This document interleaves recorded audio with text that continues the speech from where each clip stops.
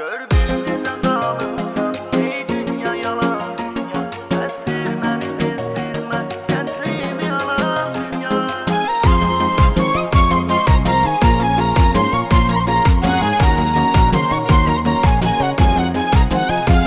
Tuttum hayatın nebzin, ilk adımını atmıştım. Getdi o güzel günler, çok arzuya tatmıştım. Bir vakti hayallarda bir dünya yaratmıştım. Birden bire mahvoldu, boş şeydi kalan dünya. Gör bir necə zalimsan, ey dünya yalan dünya. Bəsdirməni bezdirmə, gəncliyimi alan dünya. Gör bir necə zalimsan, ey dünya yalan dünya. Bəsdirməni bezdirmə, gəncliyimi alan dünya.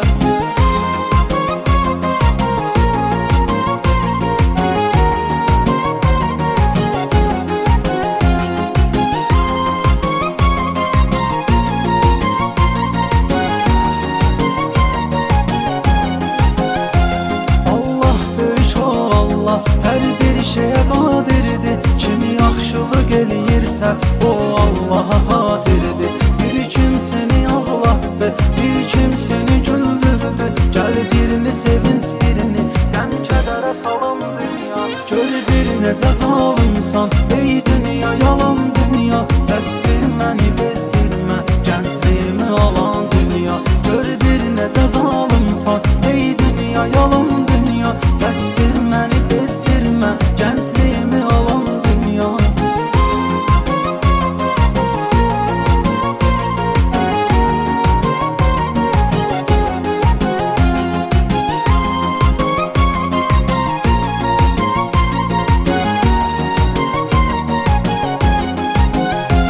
Bir kimsəsiz insankən saldın fikrin nəyimə.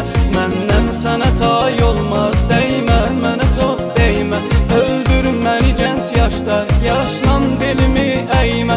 Qəlbən hələ çox gəncəm, sənsən qozalan dünya. Gör bir necə zalimsan, ey dünya yalan dünya.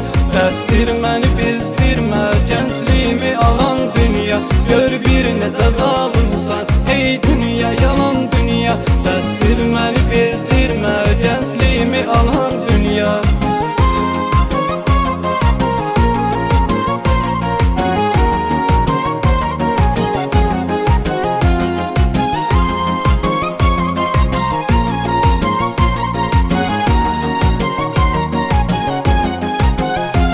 Gör bir necə dövr etdi, çox dəyişdi bu dövran. Pul olandan da sonra çox dəyişilərmiş insan. Cahillər üçün balsan, ariflər üçün zindan. Hərdən düşər ey gözdən, hərdən uzalan dünya. Gör bir necə zalimsan,